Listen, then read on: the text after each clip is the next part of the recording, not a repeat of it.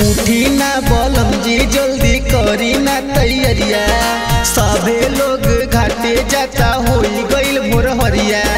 उठी ना बलम जी जल्दी करी ना तैयारिया, सभे लोग घाटे जाता होई गइल भोर हरिया।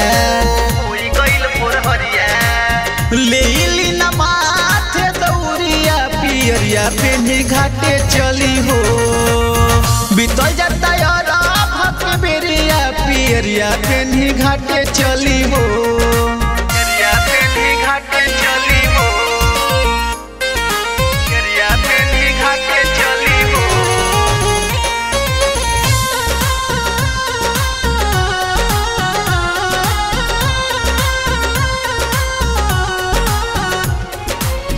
दूधा वाली आवे खातिर बबुआ के बैठवनी, फल फल हारिया से दौरा सजवनी।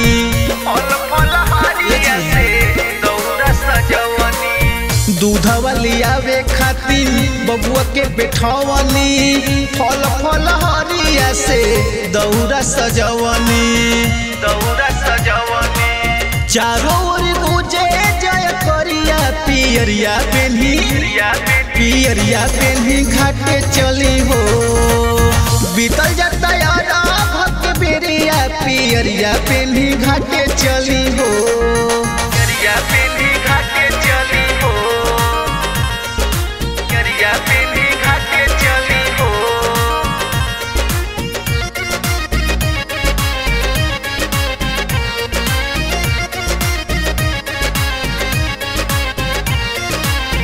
ओ नील पिया मोरी मानी न कहनावा, सरवन देवरु के लेली न संघावा। ए जी सुनी ना, ओ नील पिया मोरी मानी न कहनावा, सरवन देवरु के लेली न संघावा। लेली न केरावा के घरिया पियरिया पेन्ही घाटे चली हो, बीतल जाता यार भक्त बेरिया पियरिया पेन्ही घाटे चली हो। ए जी चली ना।